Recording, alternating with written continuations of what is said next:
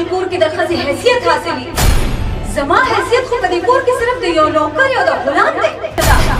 اوس پرګه په بله خبره نه وکړه نو دا جبه درته کوم.